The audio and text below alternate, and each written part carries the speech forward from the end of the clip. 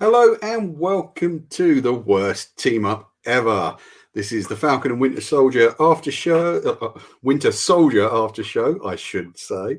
Uh, every week, that's a problem for me. If only it had been called something else. I'm Paul, and I'm here with Liz, who is our MCU expert and indeed Marvel expert.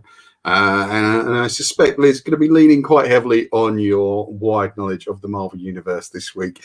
Because I've certainly got a couple of questions about characters popping up and things like that. But a fantastic episode this week, really kind of putting the pressure on. Yeah. I think now we're nearly at the end. So, I mean, picking up from last week's episode, John Walker, of course, has been seen burying the shield in someone's head quite publicly on foreign soil, which is a no for the American military, as well as I would say a lot of other facets. And it's interesting because this show, the show has kind of commented on, as Dan Bussey pointed out last week, that it's kind of commented on the way that powerful nations act in other people's countries, which is an interesting thing because now we've flipped it from Wakanda to America, so to speak.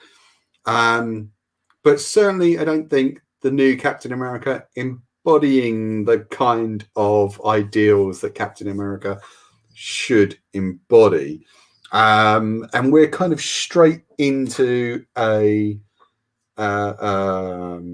kind of pick up from that episode where Bucky and Sam are there to take the shield now. They want it back because they can see that Walker isn't the man to be carrying that shield and representing, everything that it's supposed to embody.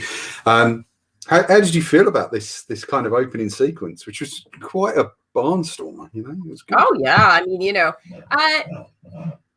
like the character of John Walker, he's an interesting character. He's really hateable on many levels. But on the same token, that scene we get, shortly after this one, really kind of drives home the point that he is what the American military made him. And unfortunately that comes with the accolades, but it also comes with the PTSD. It also comes with, the sort of shady protocols, that have been drilled into him and the choices he's had to make as a soldier. The things he was given medals for, he explicitly said were things that, were shameful to him and, that he's haunted by. And, he described it as the worst day of his life. So you have to assume that, he had to do some grim and horrible stuff. And that obviously hasn't left him, and so when they selected him to represent America, they selected somebody that they created for better or worse. And in his case, worse. Yeah, I mean, he's a very complex character because on a humane kind of compassionate level, you want to be sympathetic towards him, but also I guess once you put on that uniform, not the American military uniform, but the Captain America uniform, that sort of and excuse the phrasing here, but kind of common compassion goes out the window because you're dealing with superheroes, which, and that is a good example for the way that people treat military. Now, I remember the writer Richard Price, who wrote Color of Money and wrote a bunch of fantastic books, Latterly Clockers and things like that. Very fascinating kind of New York writer, I would say. He once said of people like priests and cops is the difference between priests and cops and other people is that once you find out you're talking to a priest or a cop, you never forget that you're talking to a priest or a cop. And I would say the same it can be said for the military. And I guess in the fictional world, I guess you could say the same. If once you're talking to Captain America, Right. You're never going to forget you took the cap Like, on. the suit and the shield, they mean something to anyone he interacts with. And that was Zemo pointed that out on the plane, people begin to, forget that you're a human being and see you as an icon. And, if you're going to wear that shield and you're going to wear that suit, you then have a responsibility to live up to that. And Walker, he obviously just was not prepared. And he obviously was not the right man for the job, no matter how much he wants to be. Yeah. And it's interesting when, I'm thinking now about the title of the first Captain America movie, the first Avenger. And I'm thinking about what that really means. And also, it doesn't just mean, oh, yes, the first team member of the Avengers. It actually means that, yes, it's the first one who set out those kind of ideals and those kind of morals. And again, it's one of the things that makes him such a great character. And again, you're now not dealing with the Avengers. As Stark points out in kind of jokingly in kind of Endgame, you're dealing with the pre-Vengers, the Revengers. They're not really, he's not being an Avenger there. What he's being is something very different. And revenge is never necessarily the best reason to do anything. And he was entirely driven by kind of revenge in that moment. But at the same time, yes, he's been tasked with a mission and one assumes pressurized to complete that mission no matter what. And yet not really given parameters by which he can't operate or should operate. He's just told, go and do that thing. The fight scene I found fascinating because certainly in the staging and the scoring of it, because you heard the theme kind of reorchestrated, Civil War all over again. Between Bucky, the tech hero that is Sam Wilson, and Cap, except we're now fighting from different ends here. They're all fighting for different morals, even, I guess. So that was great, and hats off to Henry Jackman every week. Henry Jackman is the guy that scored Winter Soldier and Captain America: Civil War. And has done a fantastic job in this, but good on him for reusing the Civil War theme, just completely reorchestrated. And there, as you pointed out, yes, those parallels to that fight in the Siberian bunker with Bucky, Cap, and Tony, including the moment where you have Captain America, about to bring the shield down, where in Civil War, Steve smashes Tony's arc reactor. And in this, Walker is about to take Sam's head off with it. So as much as we could feel some degree of like compassion, for the loss of his friend and maybe, the reason he snapped and killed that flag smasher, he's now kind of taken it, to another level where he's a law unto himself. And he was really ready in that moment to kill Sam. And if Bucky hadn't stopped him, he would have done.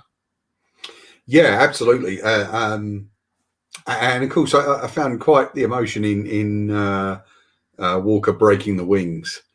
And that was kind of, that's quite heartbreaking, really. It was, but it was also kind of a definitive moment for Sam because what happened there was, that whole interaction kind of really helped push him in the direction of realizing how much, had gone wrong since he gave up the shield.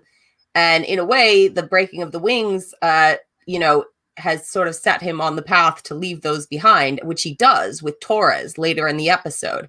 When he brings the broken wings back, Torres, keeps asking what happened to them and he doesn't really answer. But then when he's leaving, he says, don't you want to take your wings with you? And he's like, no, you keep them, which is actually, kind of a pivotal thing. Yes. To understand the dynamics in the comics, because Torres, during Nick Spencer's Captain America run, wherein Sam is Captain America, Torres was the Falcon during that time. Yeah. So, it's a mantle passing. And so, as heartbreaking as that moment was, it sets up a new dynamic for Sam. Absolutely. And there's plenty of new dynamics kind of entering in. And in fact, in ways that I'll get into, this episode is about people accepting mantles and the new dynamic. Carly accepts the new dynamic that's kind of been given to her, which is she is the villain. And of course, big reveal, Sharon kind of, we're getting into some interesting territory with Sharon here. We are. We still don't know if she's the power broker, because we also have another candidate in this episode for the power broker. Yeah. So Sharon, she's not in this episode very much, but the moments with her count for a lot, because we find out some interesting things about Sharon. We find out that she is the one who helped Batroc get out of prison, and that, she paid him for at least one job. And we don't know if that job is the one that, we saw in episode 1, where he was, where he had hijacked that plane and was escaping with one of the soldiers. We do know that he's really angry at Sam for foiling his plans there and losing him a bunch of money, and that he, he's after Sam now. But we find out that Sharon is paying him to do a job. She's paying him to present the flag smashers with some sort of resources. So that's an interesting twist. Now, sorry, go on. Well, because if Sharon is the power broker, why would she be supplying the flag smashers with any kind of resources, unless she's planning to, betray them somehow? So there's some contradictory things going on with Sharon. Okay, so what would her incentive be to help the flag smashers if we've been seeing that they've been regularly receiving messages from the power broker saying, I want my serum back?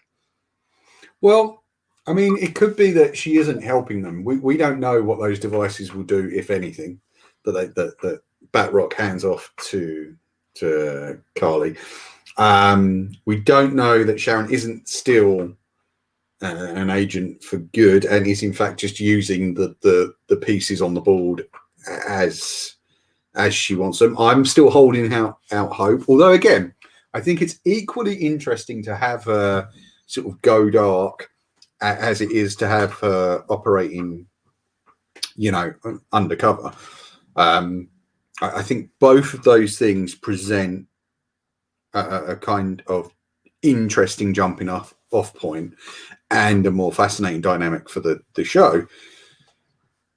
But what's your money on? Is Sharon the power? I still don't know. I still don't know, because it could be we're introduced to a brand new character in this episode. We are. Now, can you help me out with this? It's okay. Contessa Valentina Allegra de la Fontaine, aka, she's had many AKAs, but 2 of them are very particularly interesting when it comes to this show.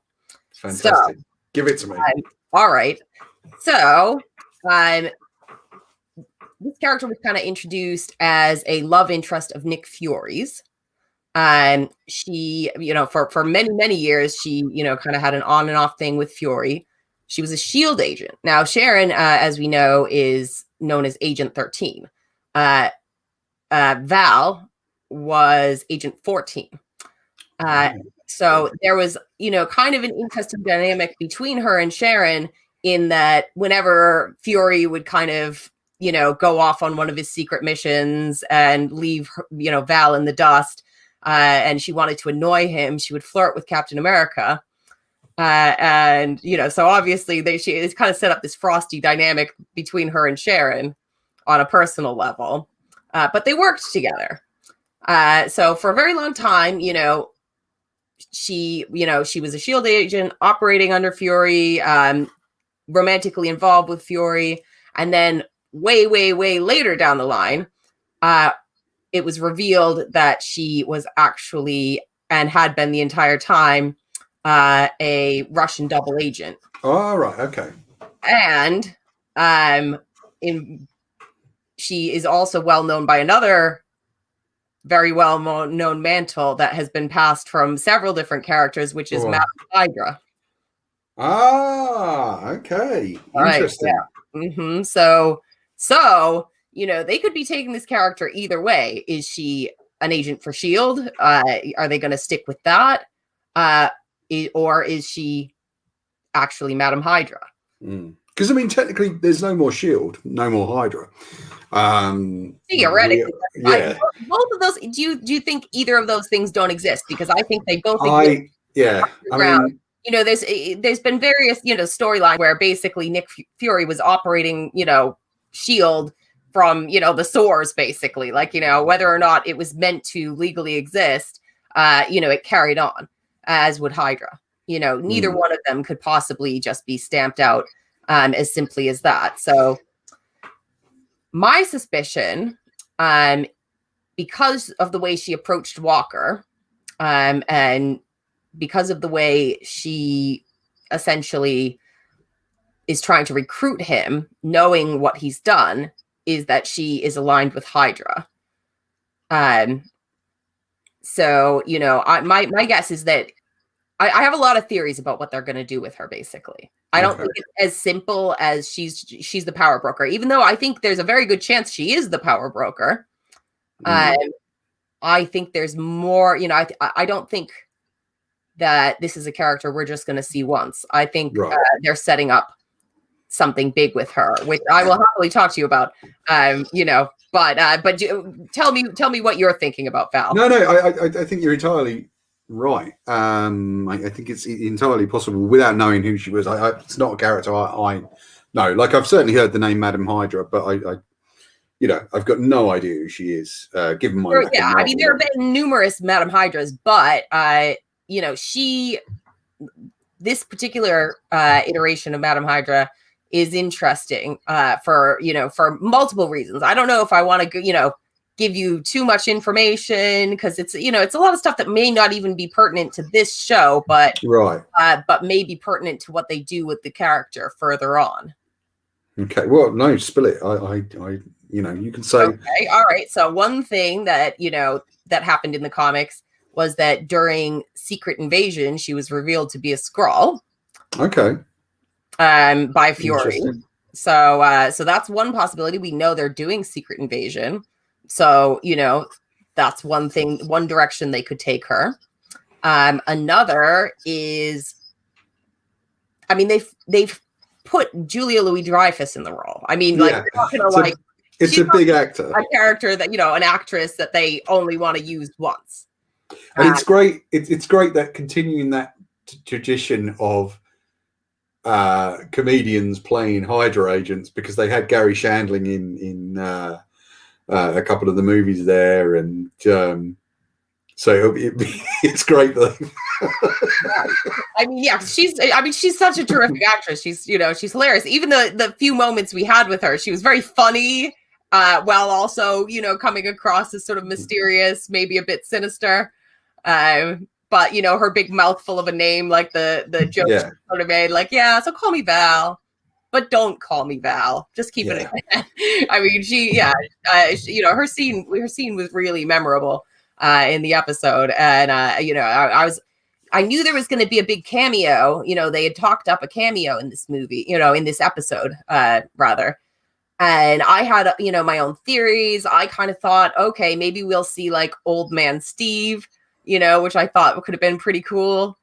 But I think they'll save Old Man Steve for the final episode, for like a little epilogue. I'd love to see him again, though. Do you know what I mean? So I just had no idea what that was just a theory, but I never would have guessed in a million years it would be Julia Louis-Dreyfus playing this character. But that was a real treat. And, my mind, of course, immediately started worrying in all directions. And so I've got like a whole theory about what they're going to do with her. Okay. Like, spill it. Like, it's what we're here for, speculation. Okay, all right. So we see her approach Walker. We see her give her shady business card. She tells him, "You're going to pick up the phone when I call." And so, and we know that Walker is now on this villainous path. There's also another character in this episode, who we have to talk about at length, who we know is being shipped off to the raft.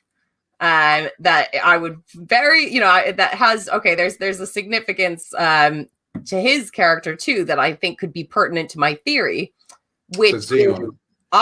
So Zemo.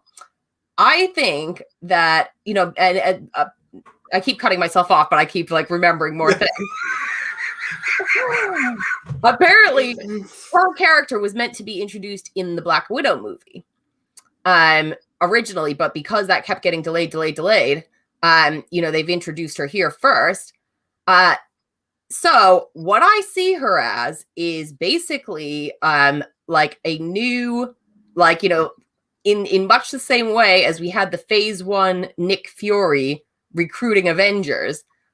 I think that we're going to see her recruiting a Thunderbolts. So we know characters who've been, involved with the Thunderbolts, like Zemo's the big one, but also John Walker has an involvement with the Thunderbolts.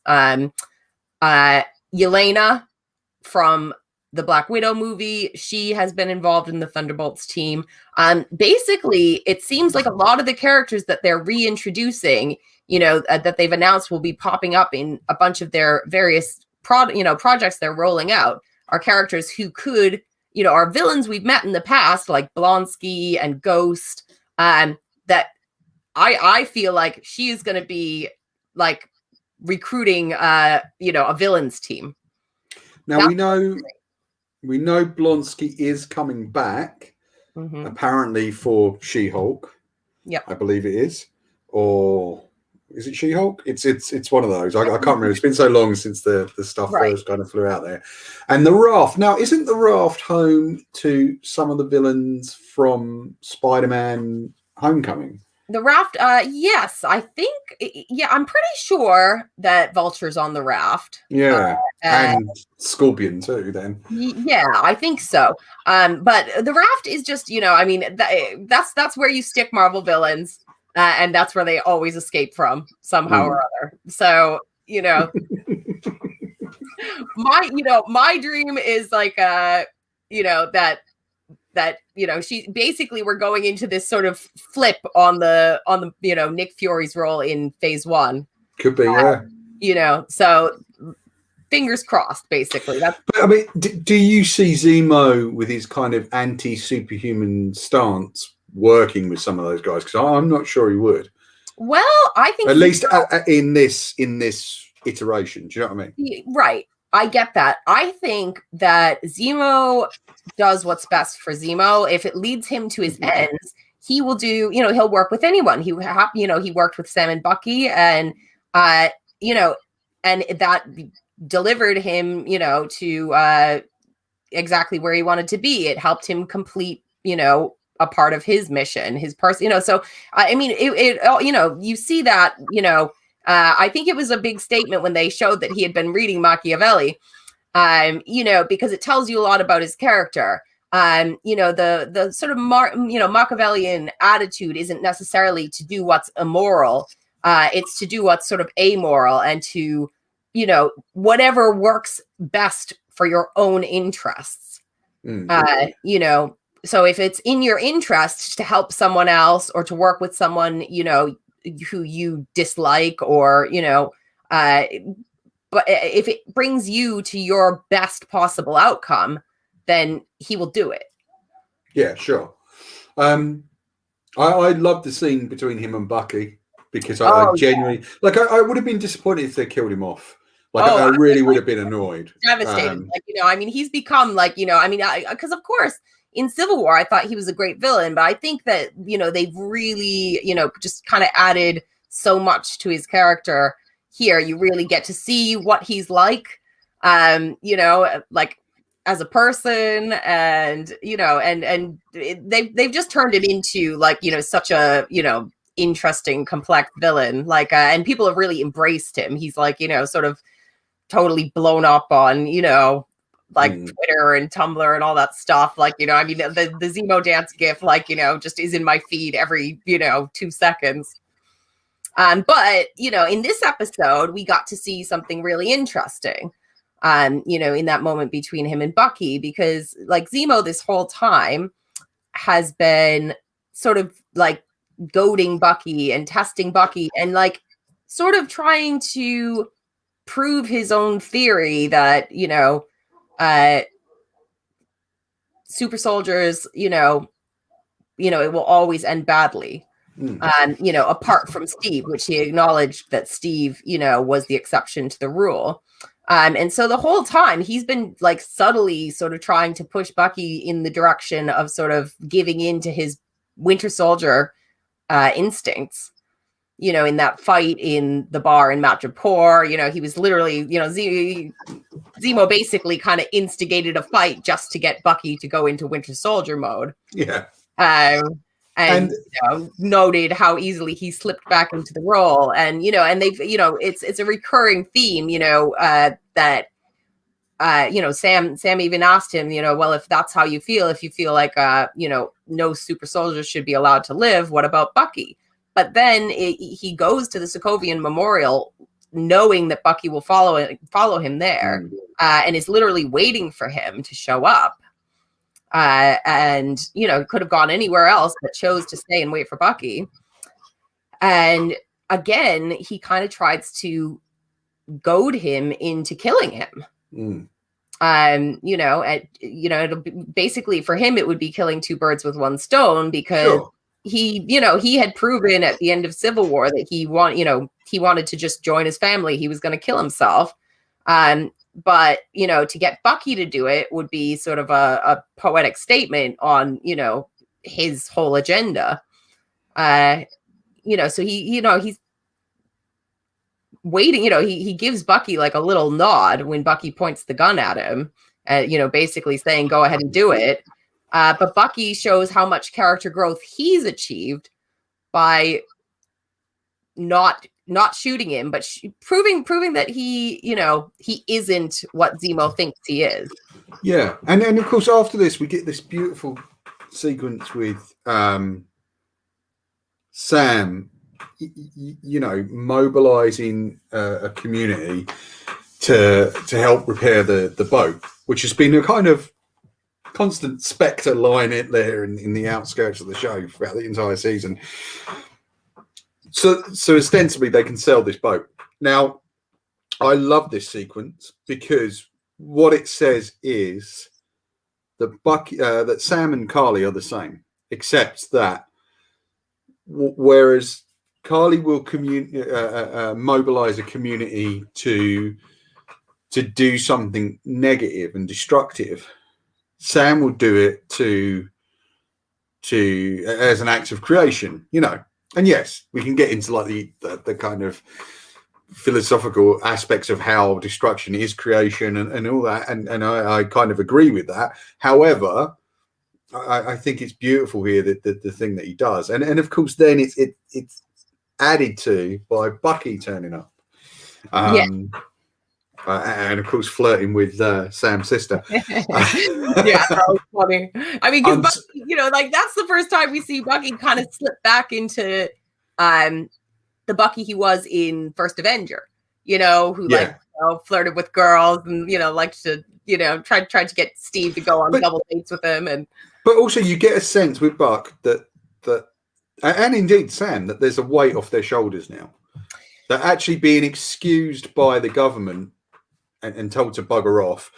It is basically kind of giving them a chance to kind of relax and take the tension off.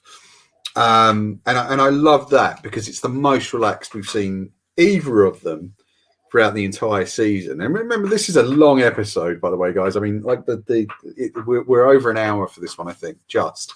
Not for this show, though, I hope. and yeah, they're kind of both more relaxed. relaxed. They're both more content in themselves. And Sam's sister makes an interesting decision as they finish the boat, which is, we're not going to sell the boat, even though that's been our whole thing throughout the entire season. Sell the boat, sell the boat, sell the boat. We're not going to sell the boat. And following on from that, sorry, I will get to a point on this. I do actually have a point I'm trying to reach. Following on from that, we see Sam begin training with the shield. Now, this is kind of a bit of a weird moment because it's a bit like Luke's training in The Empire Strikes Back. He kind of gets all those skills in. Is it a day? Is it 4 days, 5? That we don't know. But I love that training sequence, and also part of that stuff, that moment where he kind of does mobilize his community and does ask for help, which is the important thing, is he asks for help, because throughout the entire season he's been refuting help. He's been saying to Bucky, stay away from this. I don't want your help. I don't want you involved. I don't want anyone involved. And even Torres is really only there to serve his needs, with tech support, if you like, and info. He's not really there. He doesn't really want him helping as such. And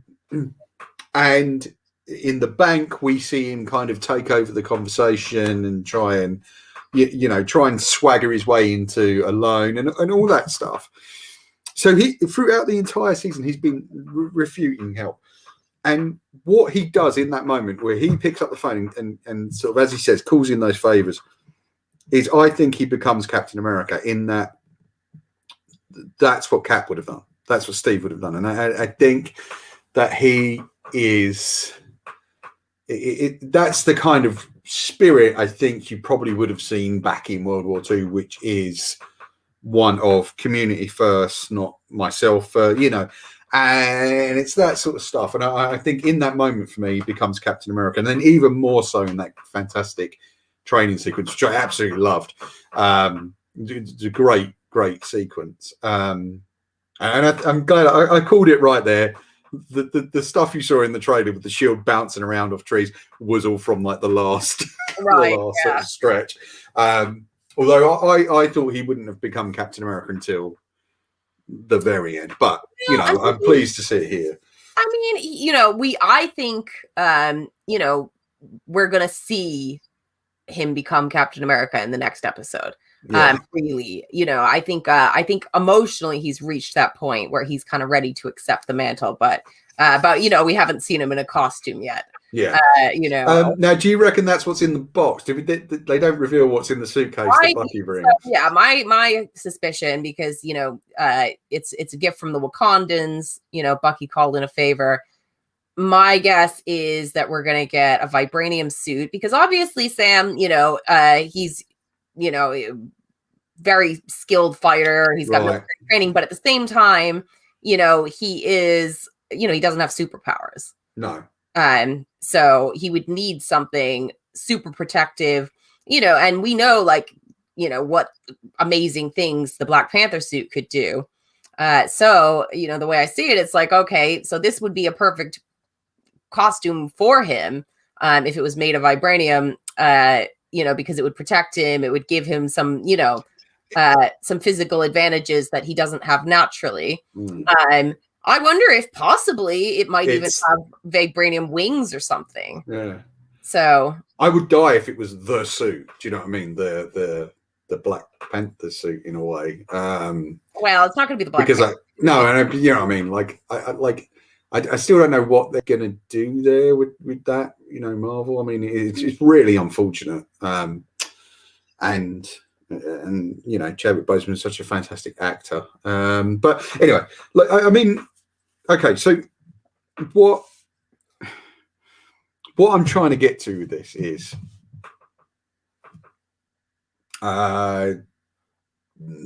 Sam's sister won't sell the boat. Now, Sam picks up the shield and decides that ostensibly that it's going to be Captain America. Carly takes on the role of the villain, that people have been saying she is. Effectively, I think what she's committing now isn't you know, if it wasn't before, it certainly is now an act of terrorism, and she knows it. Right. And I think that sinister scene where you know, everyone in the park in New York sort of gets up, and it's like it tells you how far the tendrils go, just like Hydra. And of course, that later on, that moment in the kind of GRC building where it's sort of one, I can't remember what the saying is, one world, people. Sorry, one world, one people. Yeah. Now that isn't really any different from Hail Hydra. Yeah, it was very Hail Hydra that moment. Yeah. Because you know, we saw that one of the guys who had been in the park was actually, you know, one of the guys at the GRC. And of course, we have to jump forward. Sorry, just for me to try and get to this point, I'm really sorry. Going to have to jump right forward to the mid-credit scene where we see Walker building a new shield. Now, the point I want to make is that what you have these guys doing is accepting legacy and making it their own. Every character. Bucky accepts who he is, the Winter Soldier, but he's going to make it his own.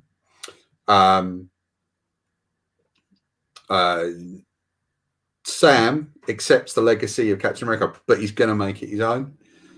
Sarah accepts the legacy of her family's business and their livelihood, but she's going to make it her own.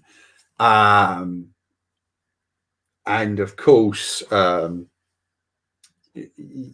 Carly accepts that kind of community leader role fully now that maybe Mama Donya would have had, but she's going to make it her own in the most sinister way possible.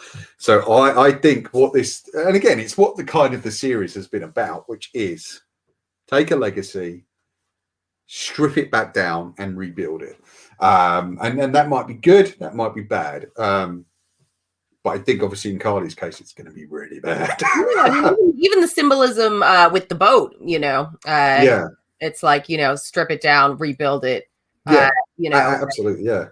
Yeah, I mean, there's so many very interesting themes kind of going on, you know, within the show. You know, it's so kind of textured with, you know, with different ideas about politics, about race, about legacy. It's really, you know, I mean, the further in we get, the clearer it becomes, you know, kind of what they're trying to say with it. And it's really fascinating stuff. It's, you know, I mean, the writing is just top notch.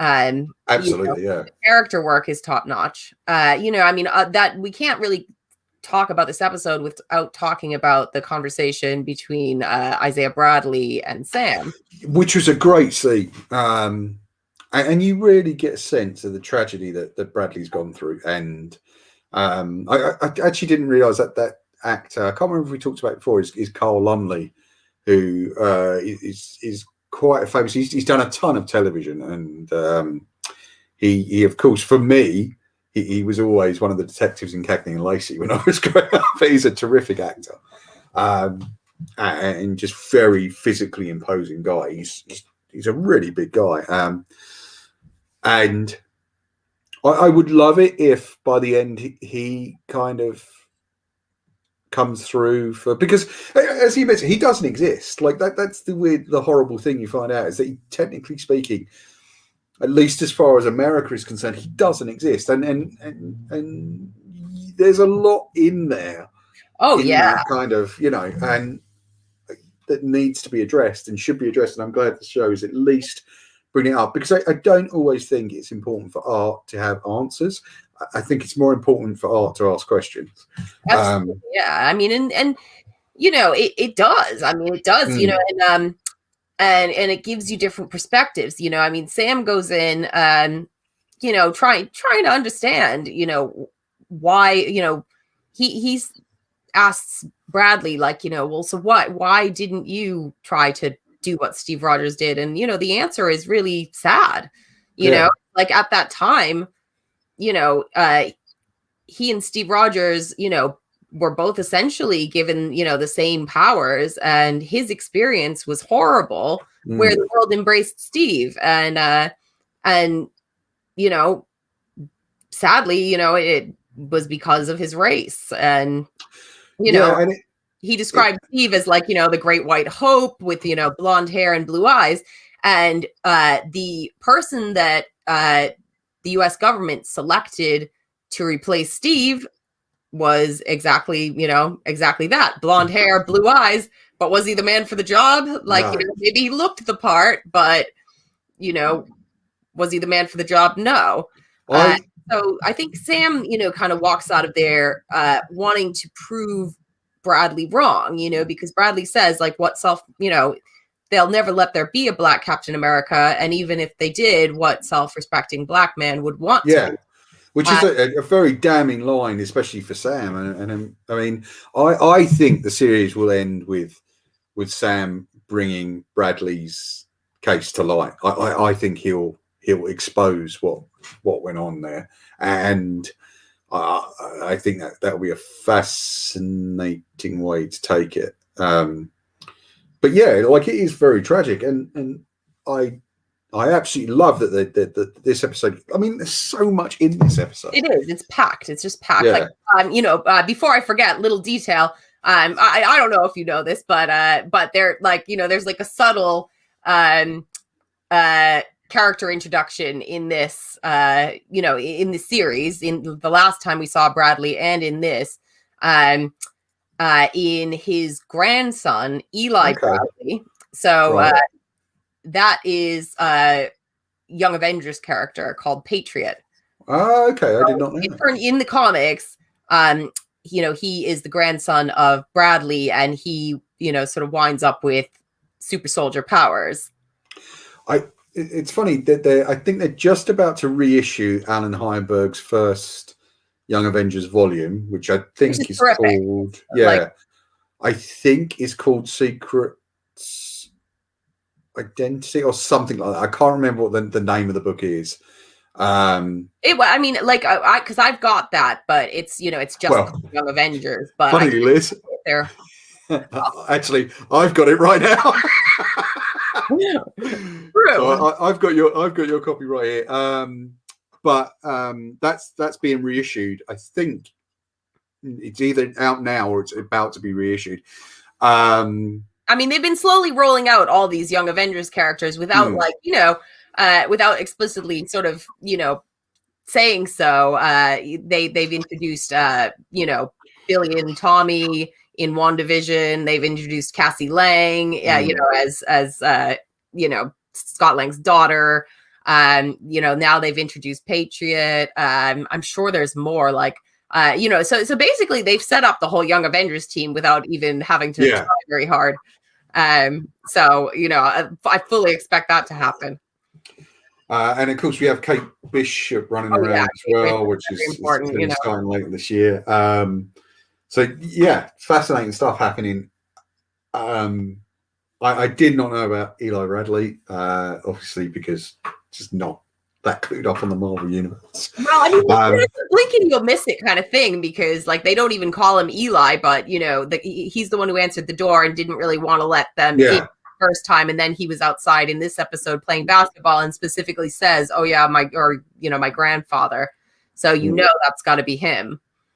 And he does say to Sam, which now you think, could he back it up? He does actually say, "I'll be back there too," as if to kind of say to Sam, don't try anything. I'm gonna be there. So maybe he's got the physical chops to back it up. He's got he could have that super soldier serum running in his veins. I mean, great stuff. I loved every minute of this one.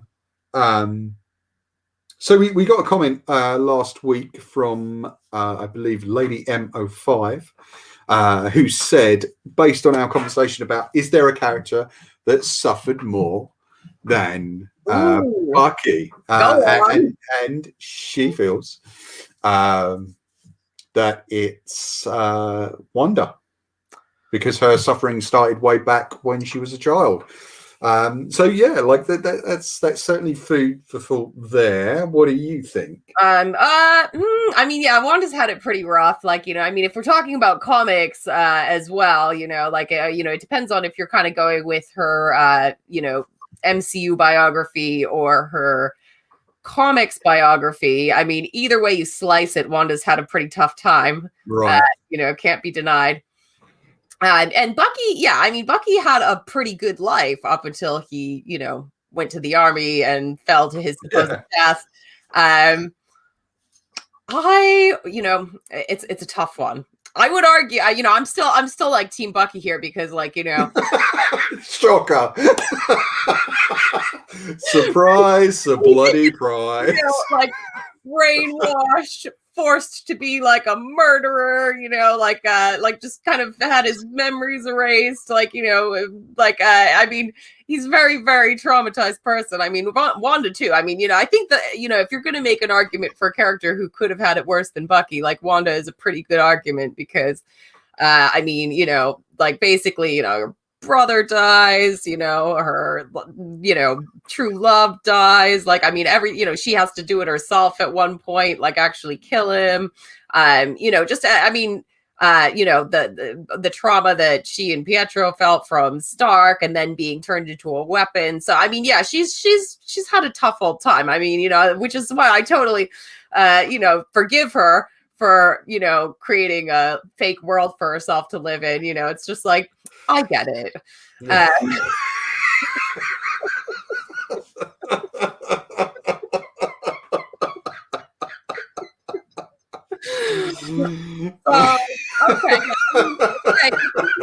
I think we can agree that Bucky and Wanda have both had, both really had some lousy cards dealt to them in life, but it now seems like they're both moving on.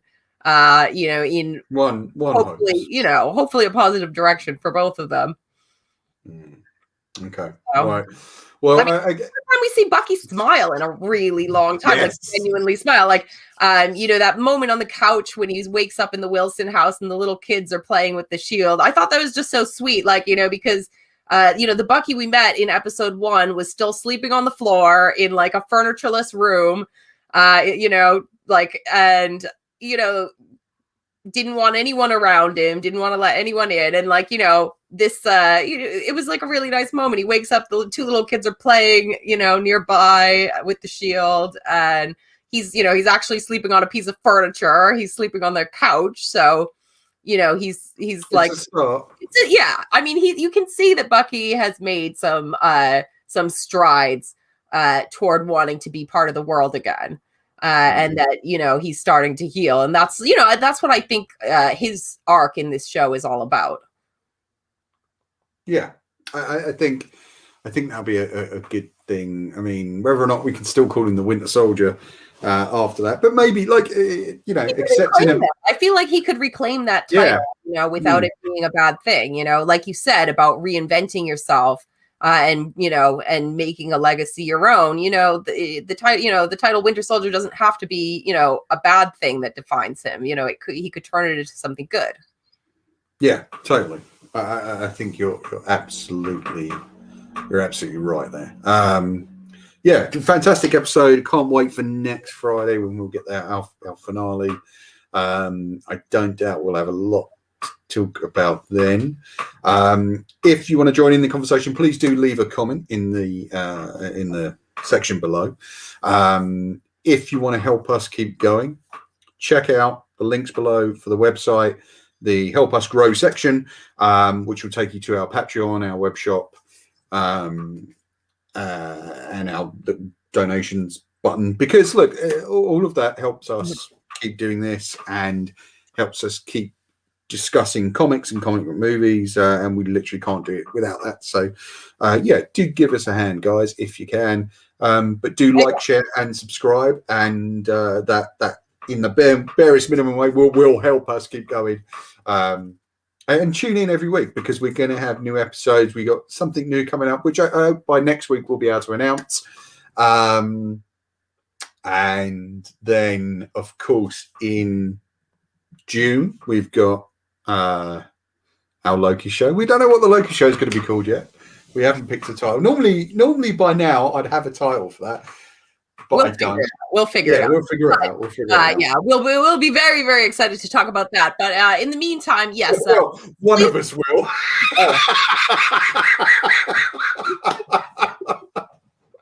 I can start right now, Paul. You could probably do that show on your own, Liz. I think. Geez, you won't believe what happened this week, guys.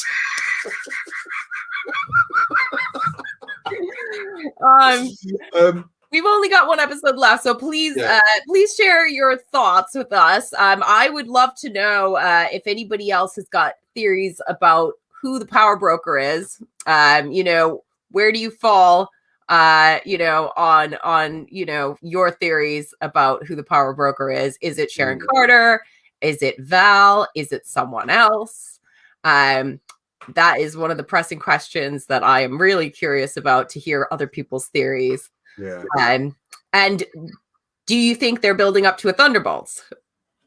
There's a lot of scuttlebutt online at the moment about the Thunderbolts. Are we looking at a show with William Hurt and a bunch of the other characters? I'd be curious. I'm not sure it's something I see Thunderbolt Ross doing now. Well, I mean, I think that, Endgame might have changed his mind. I mean, if you're going with his, kind of comic storyline, I could see it happening. And they can really do what they want with him. He's been around for, nearly the entire time. I think he was introduced in the Ed Norton Hulk film, wasn't he? Or possibly even Iron Man 1? No, definitely in the Ed Norton Hulk film. Yeah, I didn't know he could have been in an after credit scene, but yeah, I mean, he's been around since basically the beginning. And I would love to see them do something with his character. I would love to see him involved in a Thunderbolts team. And so, yeah, please, anyone watching would love to hear your thoughts on some of these questions.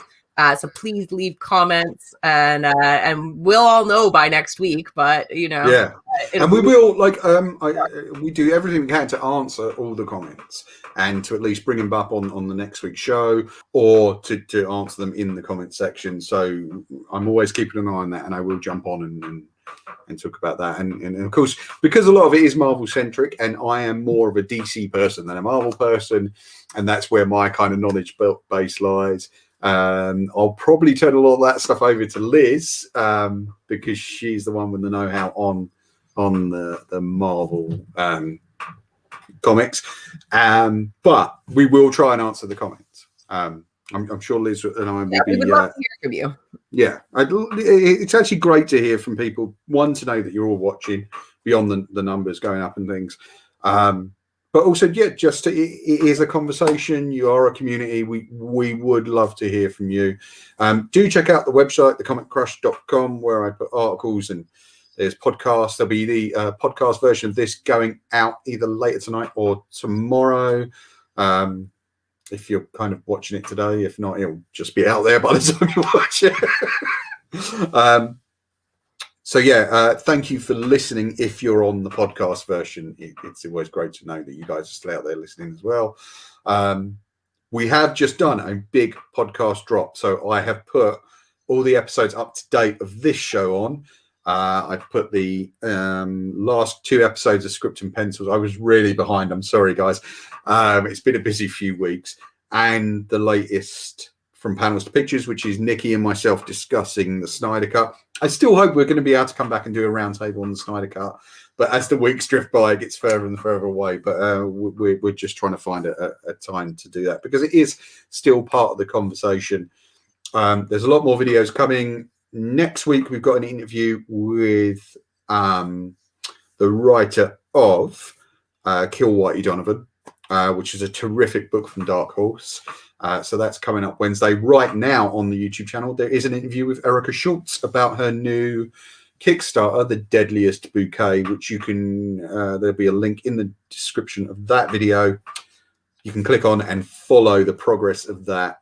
The Kickstarter launches 11th of May. But that's a really good interview. Erica and I had a lot of fun going wildly off topic and talking about Cameron Crowe movies and cheeseburgers, but do check that out. And there'll be new videos every week. Hopefully Gemma will be back soon.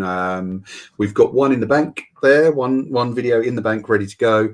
But Gemma and I have both had sort of scheduling conflicts over the last few weeks doing our other show, The Comics Touch.